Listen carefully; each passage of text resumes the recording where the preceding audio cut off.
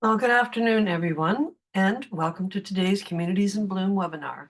My name is Susan Ellis, and I'm very honored to serve as the National Chair of Communities in Bloom. Thank you for joining us as we showcase 3 Atlantic communities that have embraced the CiB program and experienced its transformative benefits. Communities in Bloom is more than just a program. It's a movement to grow together great places. For over 30 years, we've inspired communities from across Canada to enhance their spaces, foster environmental sustainability, and nurture community pride. Today, we're excited to hear from 3 shining examples of what's possible when communities join CiB. We will be going to be welcoming Come By Chance Newfoundland and Labrador, New Maryland, New Brunswick, and Mahone Bay, Nova Scotia. Each of these communities will share their unique journey with CiB, highlighting their achievements, challenges, and the benefits that they've experienced. We hope their stories will inspire your community to join us for the 2025 program and beyond. Before we dive into the presentations, let me take a moment to provide an overview of the Communities in Bloom program. CiB is a Canadian, not-for-profit, charitable organization committed to fostering civic pride, environmental responsibility, and beautification. Through our annual evaluation process, communities have the opportunity to receive recognition and valuable feedback from the expert judges. Participating in CiB brings many benefits, and our featured communities will share their experiences.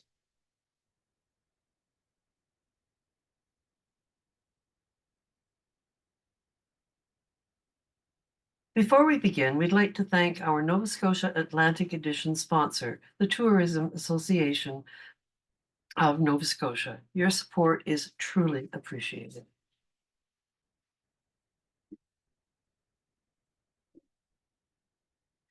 And now, at this time, I would like to introduce our speakers. Sarah Clark, Town Clerk from the town of Come By Chance, Newfoundland. Judy Wilson-Shea, Mayor of the Village of New Maryland, New Brunswick. And Penny Carver and Valerie Herder, citizen volunteers from the town of Mahone Bay, Nova Scotia. Please feel free to ask your questions in the Q&A feature on the bottom of your screen throughout this presentation, and we will do our best to answer them all.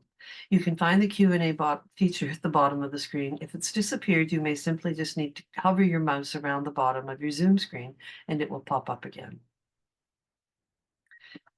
And now, without further ado, I'd like to welcome Sarah. And Sarah? Thank you, Susan. Hi, everyone. My name is Sarah Clark. I am the town clerk for the town of Come By Chance in Newfoundland, Labrador. Come By Chance is located on the, to get my screen up, just a second.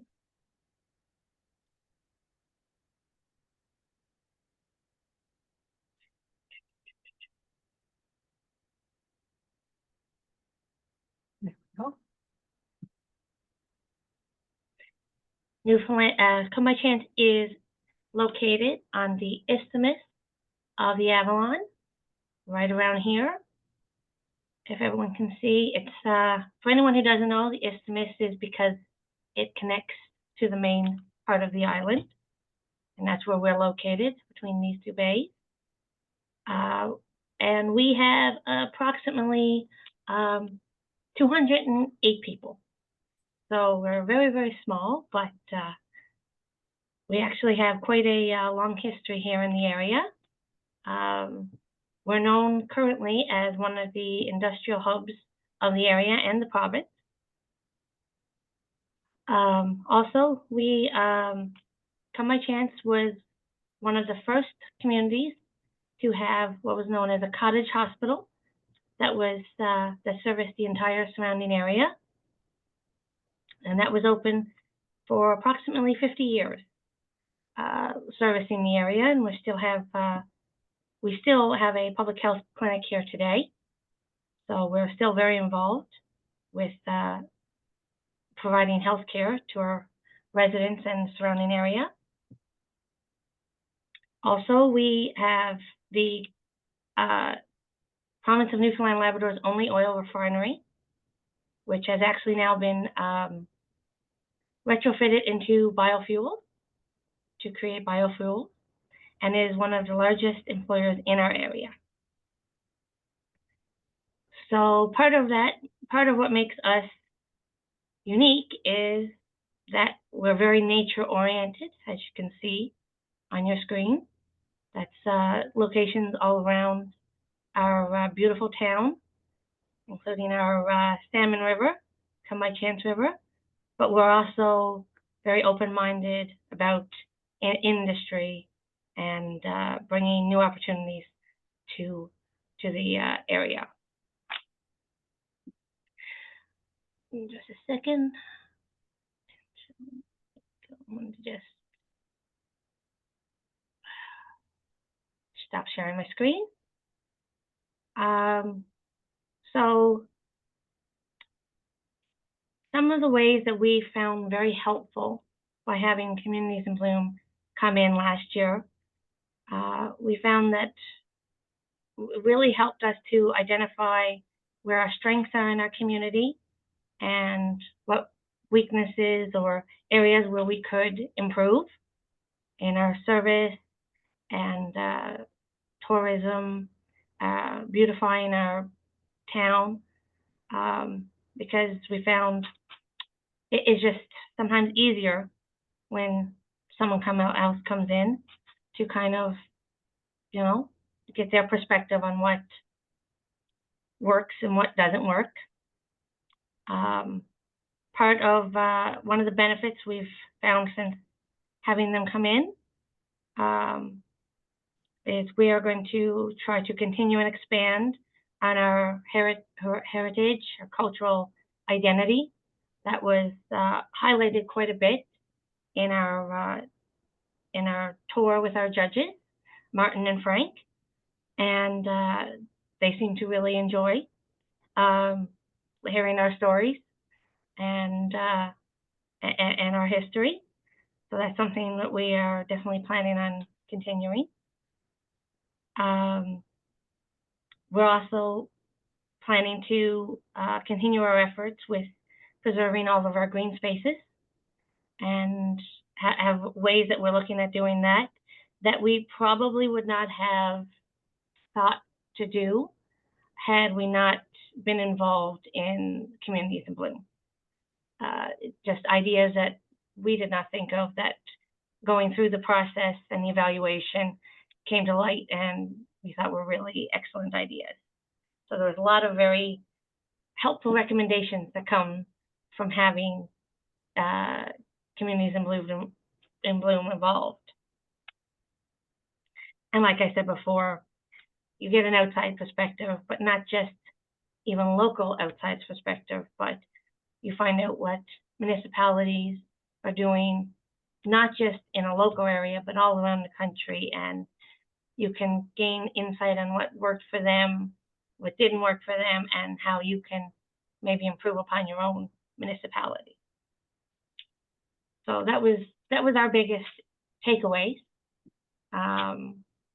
from having the evaluation done.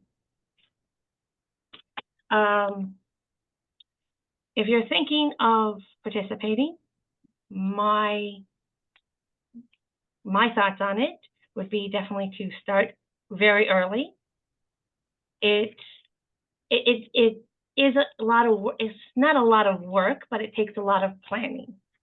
There is a lot of work involved, but you really have to plan and strategize. So it's best to start early. It's really a rewarding experience if you do it, but you just, you know, the earlier you start, the better. Another thing I found, I followed the evaluation guideline that was given to me very, very closely, as much as I could. I found that very, very helpful, because that's what you're going to be evaluated on. That's the best thing for you to go by. And I just spent lots of time just going through that document and, you know, making notes and going back and seeing, okay, did I get this done? Did I get that done? And the other thing I would say was very, very helpful is Communities in Bloom's website, seeing what other communities have been doing, or contacting them and asking, I'm looking for some ideas, or I'm trying to get this all together. Do you have any resources? They're great. It's a great resource to have and to look, and I found it very, very helpful. So that would be my recommendation for if you would like to participate. I think it's a wonderful idea. And thank you for inviting me to participate in this today. I really appreciate it. Thank you. Thank you very much, Sarah. There's one question that has come up and from Darlene Kolosky. Do you have a Communities in Bloom committee, and are you a committee of council? We didn't have a committee. Council did it. Council made the decision, and they organized it.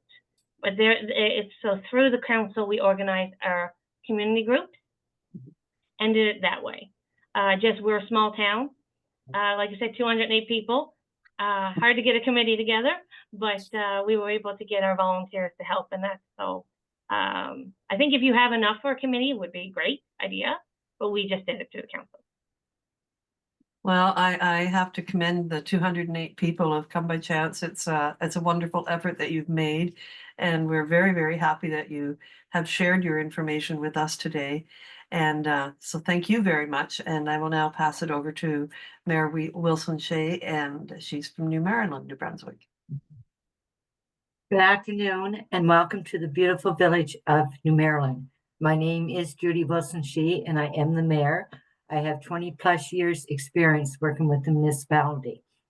We are a municipality of 4,153 residents and is located on the southern border of the city of Fredericton.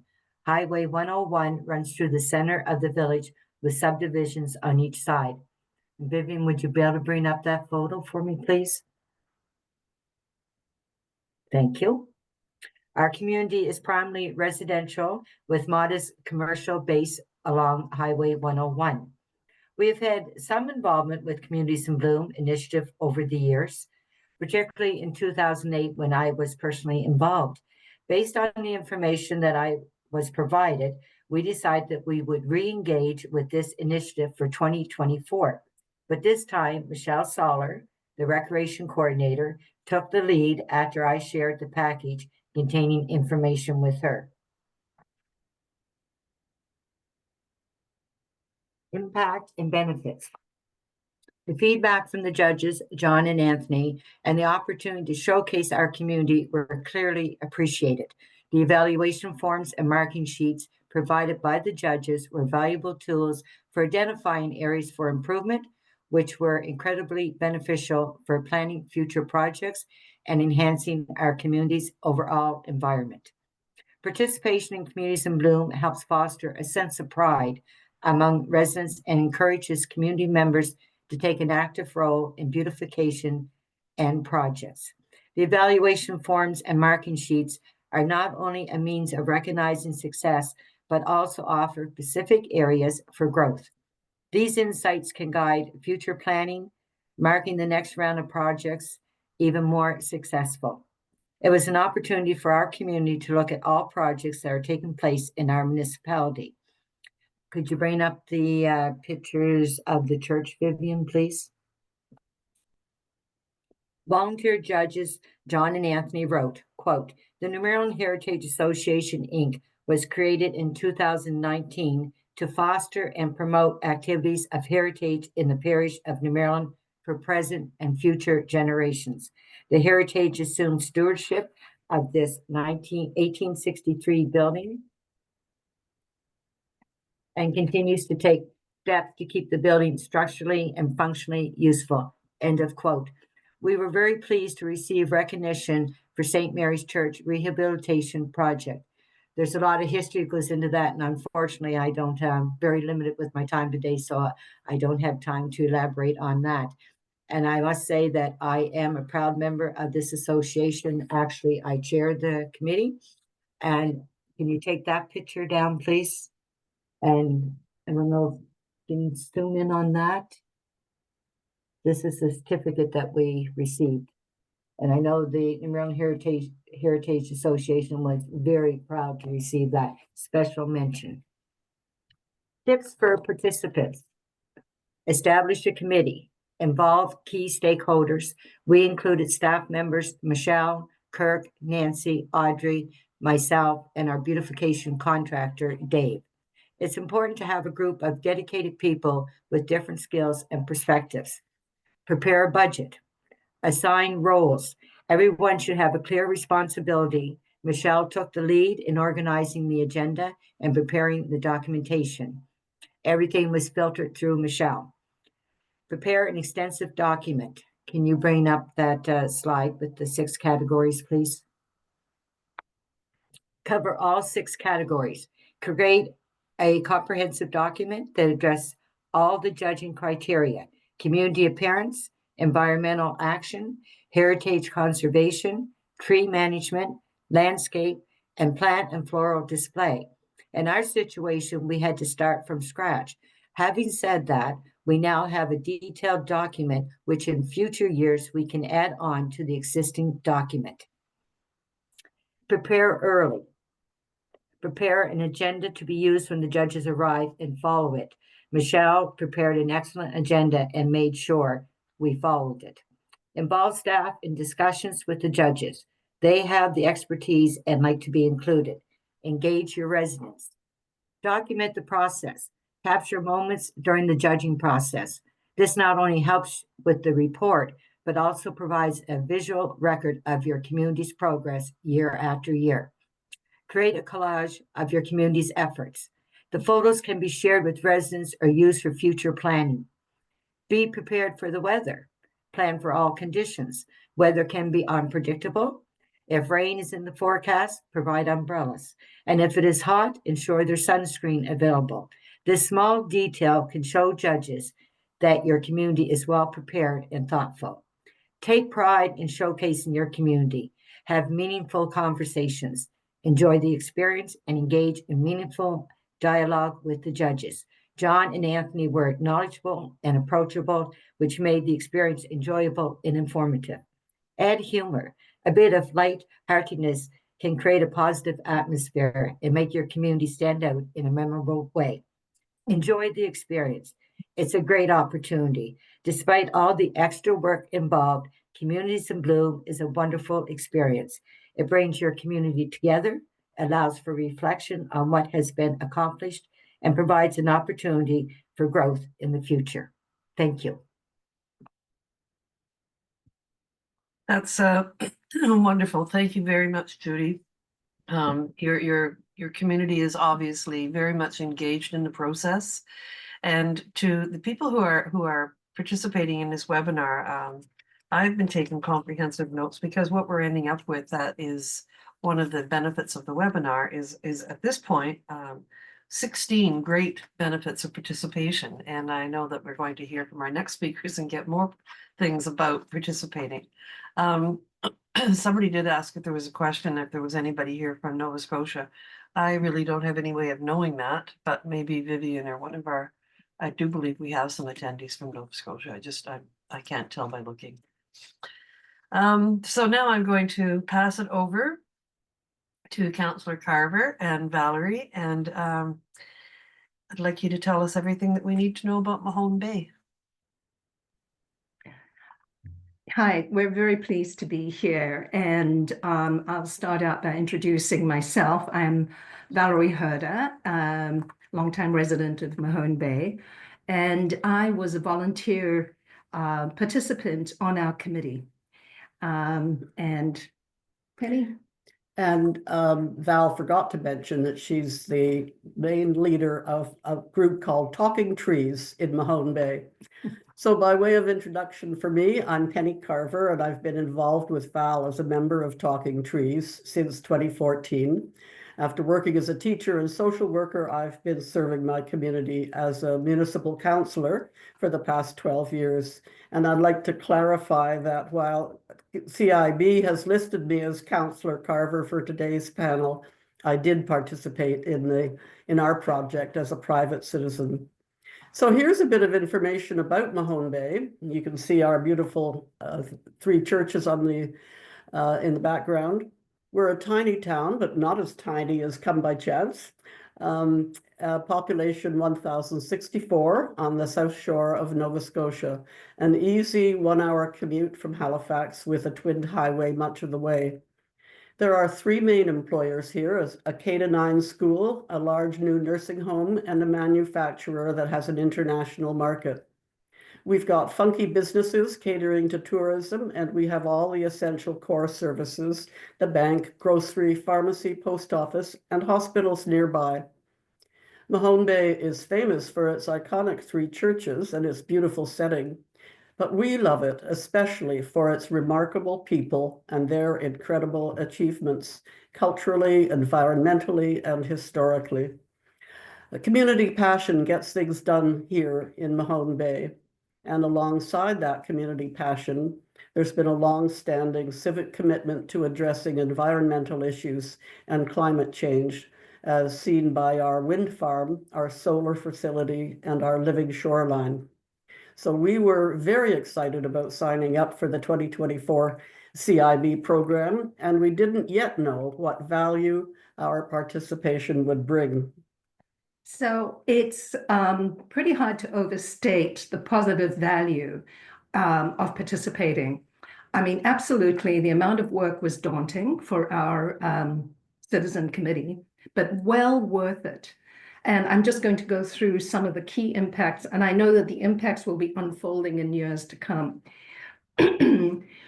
We were clear that our goal for being involved in the CiB program was to enrich our community for the residents in the town and not necessarily for external aims. We wanted to show the best of our town, what we love about our town. We just didn't have the time to undertake any major new projects as we only had 5 months to prepare for the judges. We worked as a committee in a positive, creative way. And it really was a strong community building exercise. Each participant of the 10 people on our committee represented local organizations. So we had one person who sat in who was a town representative, but not really a working person. So it was essentially a community-based committee, that CiB committee. It was just an awesome experience. We didn't focus on it, as I say, external aim, such as a project to attract tourism. However, what's really important is that a town that is beautiful, values its common green spaces, works to make this a great place to live, ends up attracting tourism. So it's a spin-off that feeds itself. So we start from that point. Personally, each of the committee members was really enriched on a personal level as we built a strong team, good friendships, and we got to know our community better. And the judges told us, Frank and Martin, told us that our love of community was palpable. We were absolutely over the moon thrilled that we won a national award for outstanding achievement in community participation. And that award has drawn quite a bit of media, and our town council and citizens are really very excited that we've achieved this for our little town. The big value of participating in the CiB, without a doubt, and I think it's echoed by our previous speakers, is the evaluation from the judges. This is gold. The evaluation is your blueprint to see where the town can be strengthened, where relationships can be strengthened, and where we need to put our efforts as we go forward to keep growing the intrinsic value and beauty of our town. I have never seen any program to spark such deep community building all in one container and to reach across a plethora of organizations. It seems to just pull everybody in and give them a place to truly build community. It was just a wonderful impact and experience. So some of the things that helped us are, I've got 4 things here, 4 tips. Start with love. and passion for your community. Our town motto is, "We love the beauty around us and welcome you to share it." Our passion for Mahone Bay was kindled anew when we gathered representatives from 10 community groups to watch the CiB promotional webinar together last January. There was spontaneous combustion of energy and commitment in the room as we all tapped into what we love about this place and began brainstorming. We were off. And those 10 individuals, all representing different organizations and community groups, then sparked enthusiasm within those groups, spreading the energy throughout the town, and energy augmented by one member's amazing technical skill with social media. We had fabulous social media. And if you've missed the chance to watch today's webinar as a group, consider organizing a watch party when CiB posts it on their website. And have fun. Ours was an equitable working group, no hierarchy. It was all collegiality, laughter, and lots of fun. Having fun was the key to managing the work. And it was a lot of work, but none of us at the time thought it was too much because we were laughing so hard. 3, seek information from CiB. This has been said before. Ask as many questions as you need. Follow the CiB guidelines and scour. Really dig into the CiB website. You keep finding new things in there. It's a wealth of information there. Look at what others have done, but don't copy it necessarily. Be true to yourselves. Be true to the ways that your community is special. Do it your way. Don't invest in new projects if you're just setting out. Focus on what you've got now and celebrate your unique assets. Feature what you love. And meet with the judges as soon as possible via Zoom when the judges are identified and assigned. Value their expertise and trust that they want the best for you. And speaking of judges, Val will give you some tips for creating an itinerary for the judge's visit. This was something that we gave a lot of attention to, developing a good itinerary, helping the judges have a valuable day in your community. We spent a lot of time investing how that would unfold. We crammed everything into one day. We just didn't realize that we could have asked for a day and a half, and we'll do that next time because we ran short. We got a map of our town, we plotted out a route and tried not to double back so that each time we drove around the town, we were showing some new little neighborhood or some other little aspect. We also printed out our itinerary, and everyone had a copy, including Frank and Martin, our judges. And we did things, yes, like having water and snacks in the car and thought about comfort stops and things like that. We developed a list of things that we wanted to show the judges, and then we invited presenters to talk about those projects. Of course, each of those people was absolutely passionate about their particular project. Timing. We timed each event. We traveled and we allocated travel time between the events, and we tried to calculate delays. We did at least 3 practice runs with our driver and our guide, who was Penny.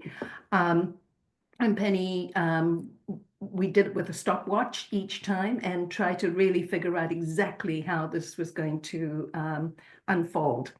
Penny practiced her talking points so that in the car she could point out historical things or things to see, little stories, and that sort of thing. We prepared our presenters.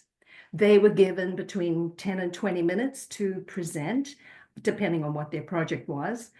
They were asked to write out their presentation, practice them, and time them. We were really strict, weren't we? They were asked to be 10 minutes early at their spot.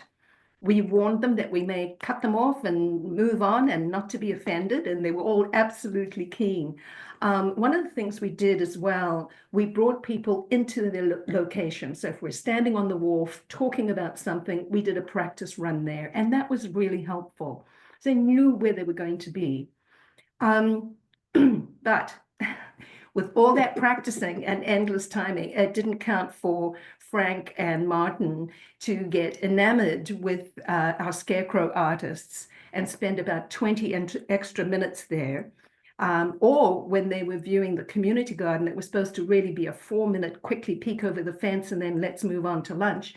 But there was a youth worker working in the garden, and they started a lovely conversation with her. And, you know, it's all good. It made us understand that you can time everything and you can have that stopwatch, but you have to allow for spontaneity. And that's where the magic is, really. That's where they really get to see something special in the community. Our experience was that we needed to allow a little bit more time for each event. We ended up, as I mentioned, running late. One of the things we did, we had a point person who the driver could text to say, hey, we're running late. And that point person would then text the other people down the line to say, you know, we're running late. So, you know, the other thing is we weren't particularly integrated with our municipality, and we had almost no budget for our events. However, the town did give us $500 so that we could register for CiB program, and they gave us $400 for food and hosting.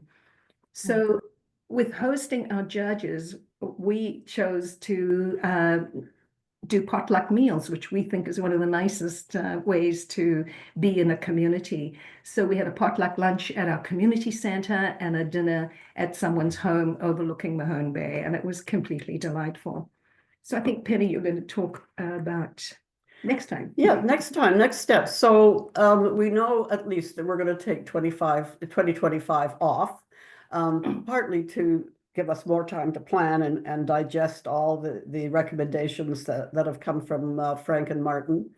Also because Mahone Bay's main street's going to be dug up next year for extending infrastructure. But we do need to follow up on the judges' recommendations, especially planning on how to get youth and children involved. That's an important feature, and any other projects that we think are going to be really important for us.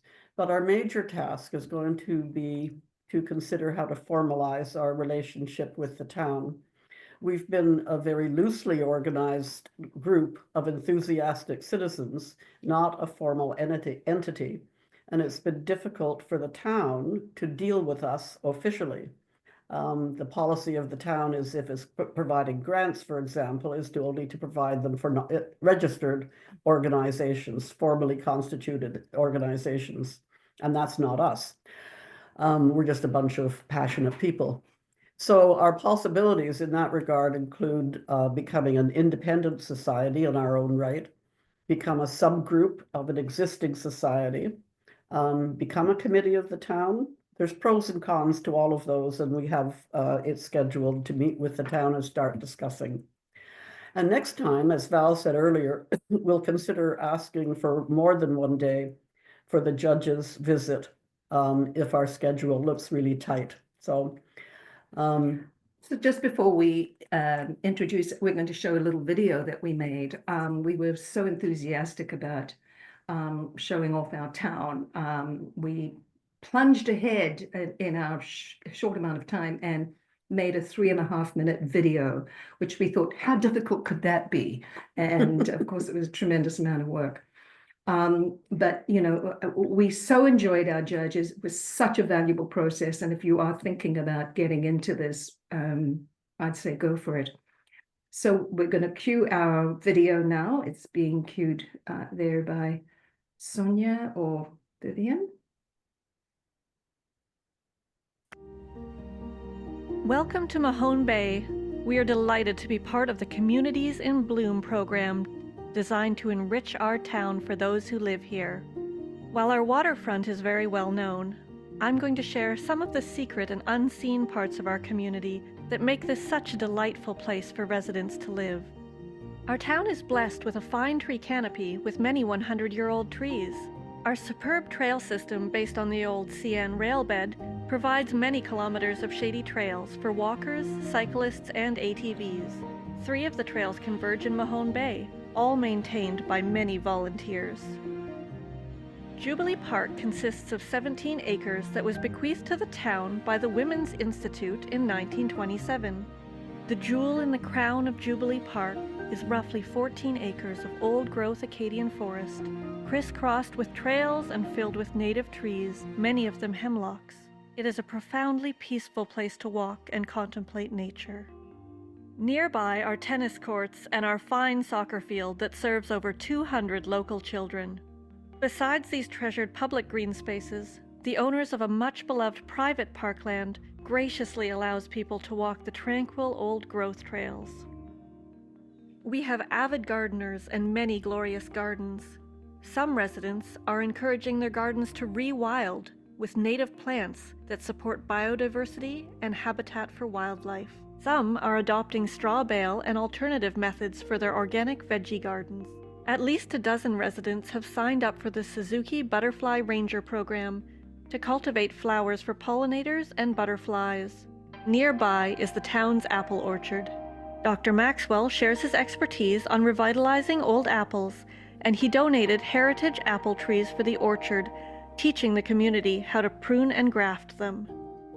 As part of the 100 Trees, 100 Years Centennial Tree Project organized by the Talking Trees Community Group, the town planted 8 trees next to the duck pond. Mahone Bay residents are a creative group and generate many interesting and fun projects to involve the community. We hold regular potluck dinners to welcome newcomers. Free weekly concerts are held at the gazebo on warm summer evenings with a fabulous lineup of musicians. The Reindeer Run at Christmas draws hundreds of participants, with the proceeds going to charity.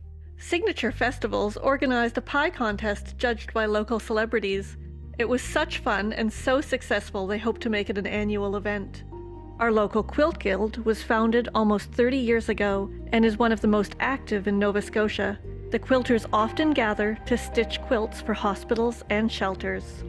Our recent volunteer fair, with 31 not-for-profit organizations, attracted 300 people looking for ways to be involved. The Scarecrow Festival in October and Father Christmas Festival in December are must-sees, drawing thousands of visitors to town. Mahone Bay residents experience so many rich aspects to our community, and this has been just a small glimpse into our life here, not normally seen by visitors.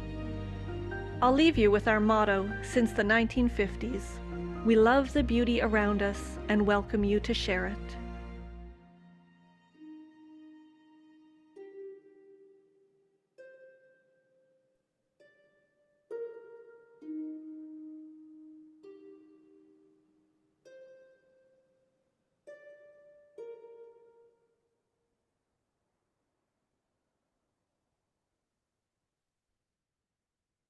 Well, that was a wonderful, really great video. Thank you very much for sharing it with us.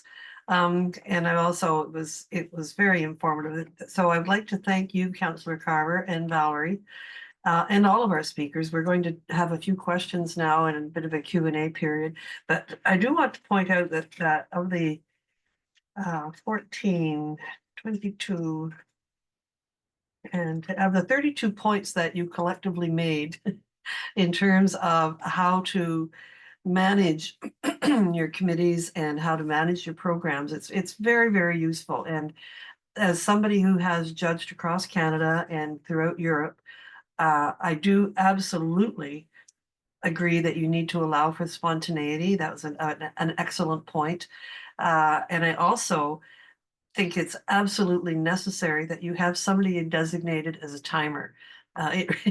It really helps. It's really necessary because the judges get really engaged in the conversations. The people talking are passionate about what they're talking, and time is flying. And that then overall has an impact overall on the entire visit. And we want to see as much as you can possibly show us. So you need a really good timer who's ready to ring a bell and not listen to the judges when they say, well, wait 1 more minute. No more. That part was, we all have had that experience.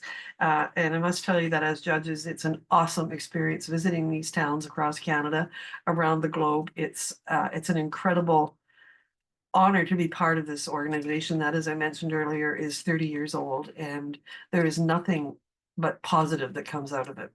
So on that note, there are a few questions. And first one, not surprisingly, because it's always a major one wherever we go. And I will maybe any of you, whoever wants to answer it, can just put their hand up. But it is, what was the major source of funding and the major issue getting funding? Anybody want to tackle that? I guess for us, it wasn't so much about council funded the whole thing. The town council is the one that funded everything. Okay. And in our case, so I don't know about if that would be a great one, but I guess you could look at, like I said, try and engage your council, see what and count the benefits they would have as well for it. See if that would help. Mayor Judy, anything you'd like to add? Well, our budget came from council. And, but, see, we were late getting involved and our budget already been passed, but as our treasurer, Scott Sparks, will tell us that there's money to be found. So, and like, I mean, with the judges, and I don't know if everyone's aware of that, you have to provide the accommodations and meals and that. So other than that, everything else, you know, was covered like through the village.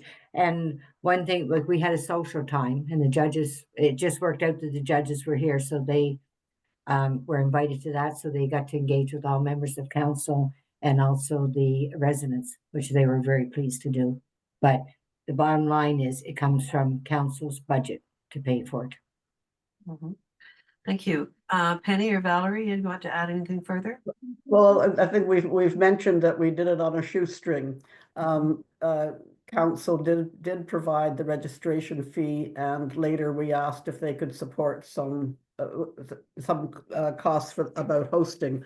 But because we were made up of several different organizations which had their own budgets, one of them, for example, purchased new self-watering planters. And that's a group that does that every year. So that makes sense in terms of their particular contribution. But some of us were out of pocket personally. And maybe we can talk about the accommodations. Yes, so in our situation, we were really quite lucky that our judges, one of the judges lived in a neighboring community, and so they both stayed there. So we did not have accommodations last year. Yeah. We'll have to deal with that in the future, I expect. But that'll be part of our negotiations as we go ahead in deciding what form our Communities in Bloom is going to take. I do know that, and because I've been on a Communities in Bloom committee previous to becoming part of the organization, it is far easier if it is a committee of council. That's just because there's the money. The community is already spending, council is already spending money on parks and green spaces, on heritage, on conservation. That money's already designated. The Communities in Bloom committee just helps to create the action plans that go along with the already funds that have been committed to it. For smaller, very small towns, that is an issue. And one of the things that some of the towns were not aware of is because Communities in Bloom is a charitable, not-for-profit organization, you can issue the community can issue the council can issue tax receipts. If somebody's donating something, if the town council takes the money on behalf of the Communities in Bloom committee, they can then issue a charitable tax receipt for tax purposes. So it's not, you're not just, people aren't just giving and getting nothing back in return. There is a tax solution to it as well. One of the other questions that came up, and again, it's about funding, but what kind of things do you do to fundraise for your committee? And I did notice there was your pie sale and the quilts, and those are awesome. Any other ideas that the committees have come together and developed? Well, last year, as we've mentioned, we had this shoestring budget because we just leapt in and just started doing it. So we haven't begun to really grapple with where the money is going to come from. But being connected to a registered charity makes it easier to fundraise. So I've done one pitch to apply for money from a charitable organization, and there's another organization that's invited us to come along and pitch. So we're looking at ways we can pull together some funds to do our creative projects, because there's just a lot of creativity bubbling here in Mahone Bay with super ideas. Growing. Yeah. So Well, that's great. Mayor Wilson Shea, do you have more to say to add to that? Sure. In our situation, our two judges, they were involved with the city of Fredericton. So we didn't have to go pick them up and at an airport or for transportation. We just had to go to the hotel. So when they were finished there, then they came to New Maryland. And after New Maryland, I think they were going up to Woodstock Way. So they were again being picked up at the destination. So we didn't have to provide for travels. I know in 2018, we had to travel. It was either Moncton or St. John to pick the judges up. So that helped on our expenses. And no, all our expenses would come from council, from our budget. And that is often the case. I have also seen many communities, though, that have approached their local accommodation providers, if there's small hotels or motels, who will comp a room. It's a tax write-off for them. It certainly helps the local budget. And the same with the cars and travel. Car rentals have often been approached, and big sign on the car rental saying compliments of company ABC, we are helping CiB in this town today, that kind of thing. So it's a quid pro quo, and don't forget that there's other things that you can do. I've seen many situations where baskets, barrels, hanging planters have all got names on them by who's helped to pay for it. So, you donate $30 towards the basket, your name goes on the basket for everybody to know that. And some businesses just automatically do it and will have a whole green space out front that they're donating with recognition. So, we have an expression that I've heard many times is don't forget to water your pansies, and and everybody who's helping needs that recognition. And that is another point to make is I don't know if any of you have had a recognition event for your committees and the people who participated. Okay, go ahead. You're on mute. You're muted. Sorry. We didn't have an event, but we did a very old-fashioned gesture, which was to send thank you cards in the mail. And that was before the mail strike. And the cards were an illustration that was a watercolor done by one of our committee members. It was beautiful. And some of the appreciated, yeah. Yeah. Oh, that's awesome. Anything to add, Sarah? No, I don't think so. Okay. Yeah. Not at this time, yeah. Well, one of the other things that I've seen happen across Canada too is many of the committees have small local competitions within their own communities. So yard of the week competition, and there'll be a sign that says this beautiful property, and it's always a landscaping to the front. No, we never go into people's backyards, but landscaping to the front. And a sign that says, this is the yard of the week, and then they nominate, they get to keep that sign for a week, and then they nominate somebody else, and the sign is moved to that yard. And it kind of is one way to really encourage it. I've seen it become so popular that the signs were getting taken by people, property owners, putting them in front of them because they didn't have enough yards of the week. But that's a good kind of competition to have. So thinking of ways to recognize what your residents and your businesses are doing that help to pitch in, because that's what is so great and magical about this program is everybody feels so good when it's over. It's like, wow, look at how nice this place is. So I'll see if there's any other questions. Oh, here's a good one. How difficult was it to create the profile document, your community profile book, and have you used it to promote your community subsequently? I found that I think it's more daunting in the beginning, thinking about trying to get it done.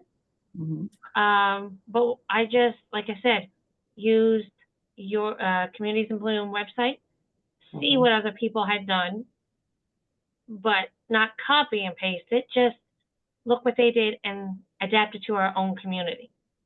And once it got started, it did get easier. Just make sure you got all your info, what you want to put in it first, what you want to highlight about your community. That's the biggest thing, because once you have that, it makes it a lot easier. And I don't think we've used it yet, but we do have plans to this year take that and use it.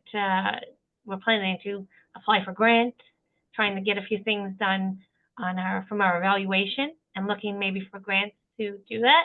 And that's what we'll probably do, is use that in our process for grants. Add it with the grant applications and stuff like that. So that's how I've also we're planning to do it. I've also seen examples, and this is an excellent way to use it.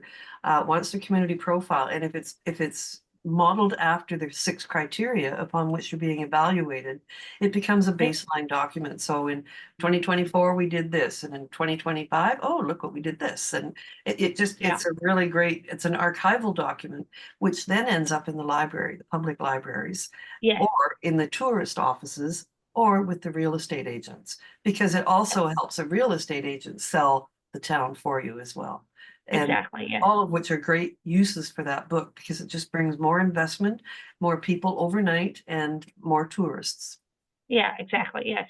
It can be used in so many different facets, and really it's about planning it out, same as everything else. Yeah.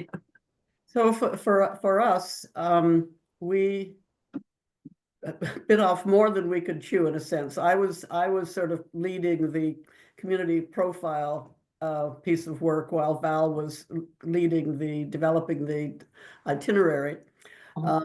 And I did copy an idea from the other people's community profiles, which was what you said, Susan, which was structured around the 6 areas, or the 6.5 areas now.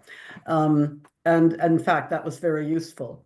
And one of the ways that we have used it so far is to send it to the physician recruiters. The Nova Scotia has people assigned Great idea. who are recruiting physicians, and they can use it. But next time, I think we're going to simplify it a bit. We ended up creating a file that had so many photographs in it. It was a huge file and very difficult to email. So that was a technical piece that we just, as amateurs, had no idea about. But we learn as we go. Well, and one of the, just speaking to that too, another community that I know of did go to a local community college marketing course, and asked them to help create the community profile, and gave them the actual information, but let the students create it, and it was awesome. I mean, they did a really good job. They got great work experience. They got recognition, and they took care of all the technical details, because that's what they're taking at school. So something to think about there. One of the other questions is, and I think I could probably answer it, is when does the judging generally commence? And that's from Heidi Wood. And that judging generally starts, we start hitting out from our homes June, July, or more or less. June and July are very busy times. People want to have their communities looked at when they're at their greenest, and we certainly want to accommodate that as well. So we're there June, basically June, July, a little bit of August sometimes. And yeah, that's a very, very busy time for everybody at CIB. Yeah, when we were asked to choose a date, we asked our garden club, said, when is the prettiest time? When are the most flowers out? And we chose early July. Yeah. And just one thing about all the work involved in terms of putting together the community profile and the itinerary and the route and everything. We did so much work the first time. We feel that the next time we do this, we've kind of got a blueprint Oh, absolutely you do. And the idea of having an itinerary, again, we've been in towns where there wasn't particularly one, and the results are not nearly as positive as when there is a one, just as you mentioned that you drove it, you timed it, you planned for longer times that something might happen. That makes and you didn't go back and forth. The route goes thorough. So we want to see, as a judge, we want to see the whole town, the good, the bad, and the not so great, because those are questions of what kind of help do you need fixing this? And we've had many conversations about graffiti and what happens with graffiti, and answers, like some fabulous answers to help manage it, is to frame it and make it look nice on the outside.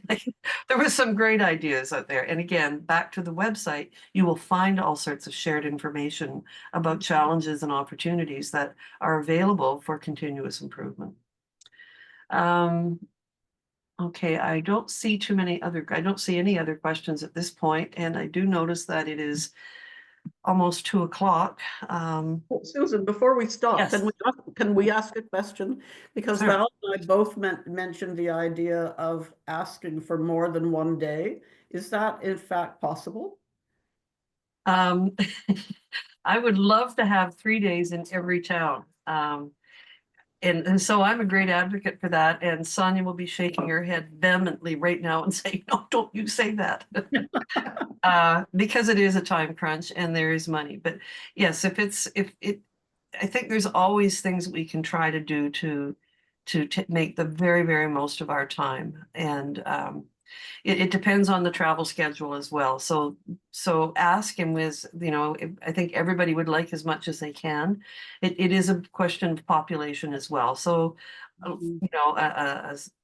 a larger city is going to require obviously more time because it's so much bigger than small villages. But you make the most of our time when we get there too. And that's another thing that your video is perfect. Having other things to share. You maybe don't have to show us everything if you've got some local entrepreneurs or creatives that will highlight, well, look at all the things we've done in this particular criteria or that criteria. We don't have to go and see every water pollution control plant. But we do want to know what you're doing. So there's things like that, like what are the highlights, and concentrate on those. But we do need all the information. Like there's 80 criteria that we do judge, and we have to have information about every single one of them. So pick the highlights, but let us know everything else as well, is sort of the rule of thumb. So I would just like to maybe go back here for a second, and I want to thank again, once again, put up our sponsors slide.